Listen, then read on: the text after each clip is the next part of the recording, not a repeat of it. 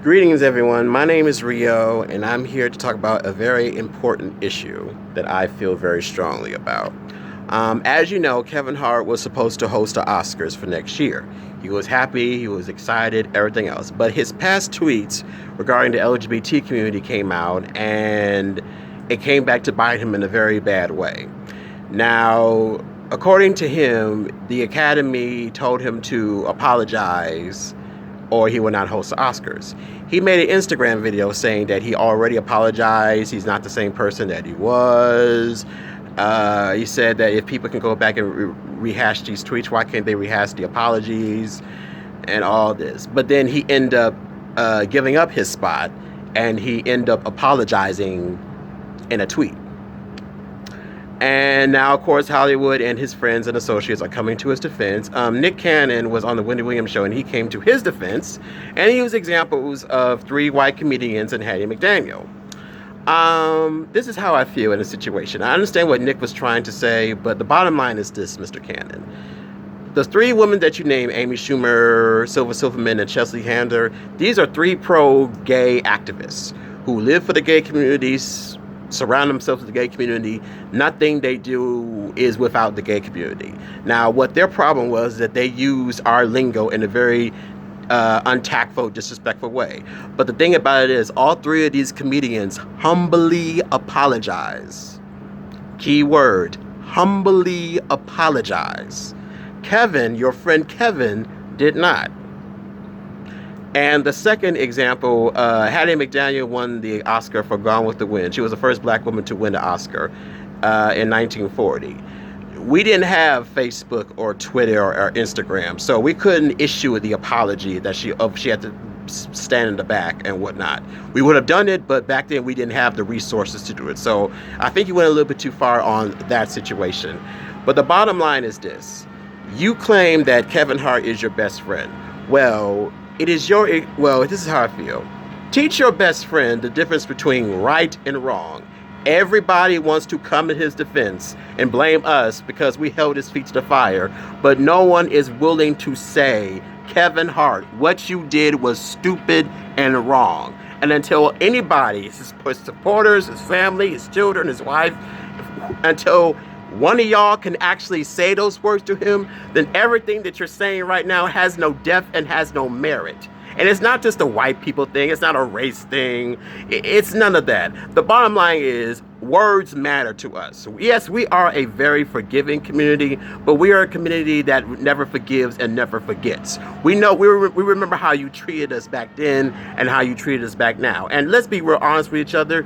Your friend didn't exactly say, I'm sorry. He was like, he pretty much got caught and said, I'm sorry, and let's move on. I'm sorry. The things that your friend has said was a simple I'm sorry is not going to cut or suffice. If he would have put the same energy into making a humble apology, the same way he made that Instagram video, then he would still have the Oscars in his bag. He would probably still have some haters, but it wouldn't have been as bad. People would have forgiven him. Majority of people would have forgiven him by now. But he didn't. He held on to his precious manhood, and now he's out of the Oscars. No one forced him to quit. We didn't want him to quit. We just wanted him to take responsibility for his actions. Now, Mr. Cannon, may I remind you that you are on a very popular hit show called Wildin' Out. And let's have a real open and in-depth conversation.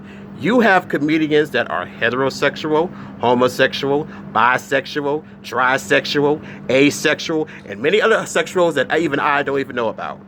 Okay, with all due respect, y'all male comedians eat so much pussy, y'all pretty much walk in the studio on your knees. But we don't care because y'all making us laugh and giggle and everything else. But I bet you if you would have said the same things that Kevin Hart said to your colleagues, you wouldn't have a show. They would either quit or your show would got canceled. And you know this. You know this. Now you're saying that you sit on the board of committee of bullying and pretty much on bullying and standing up for LGBT rights, and I applaud you for that, and I respect you for that. I really do respect you for that. So you should understand how words hurt. And what if the situation was a little bit different? What if somebody, past, present, or future, what if young or old, doesn't matter what race or age, what if somebody saw those tweets again and they committed suicide?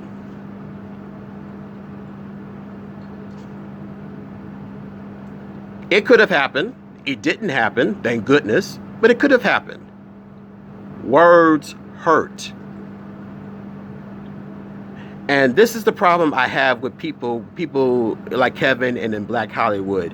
We don't want to have an open heart and open mind regarding sex and sexuality. We want to do all these wild and crazy things, but we don't want to, but when the shit hits the fan, we don't want to take full responsibility for them. Your friend Kevin needs to develop an open heart and open mind regarding sex and sexuality, period. He has gay fans, he has straight fans. You don't know, he could be inspiring somebody who is gay, who wants to follow in his footsteps. How can that person do that if you're talking shit about them? And let me tell you something. If you gave your apology back in 2008 and 2011, and we didn't take it then, why should we take it now? You can quote Martin Luther King all you want to. You can use Muhammad Gandhi, Ali, all these famous peace leaders all you want to. But until you put depth and emotion and humility beyond those words, they don't mean shit to us.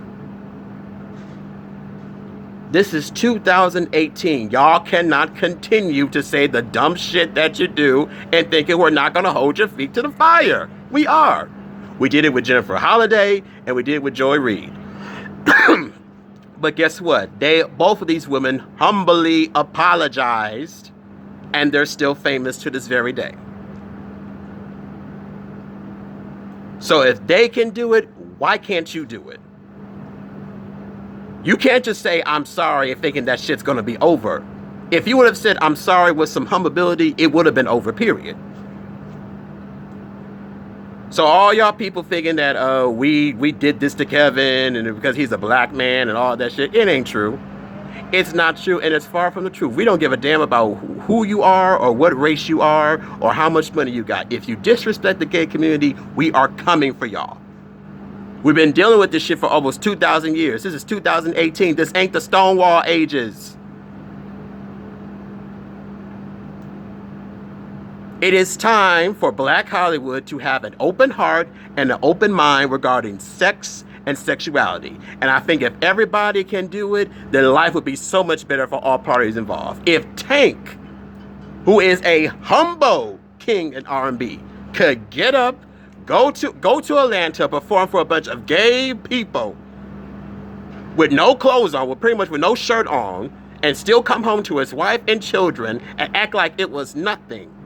If he can do that, why the fuck can't y'all do the same thing? Or close to the same thing? Or in some capacity? Why can't y'all just play it? Why can't some of y'all play a gay role?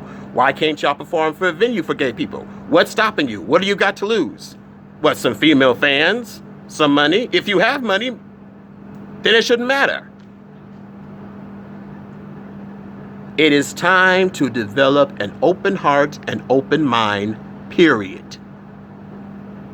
No more, no ifs, ands, or buts about it. This is, we're getting too old for this.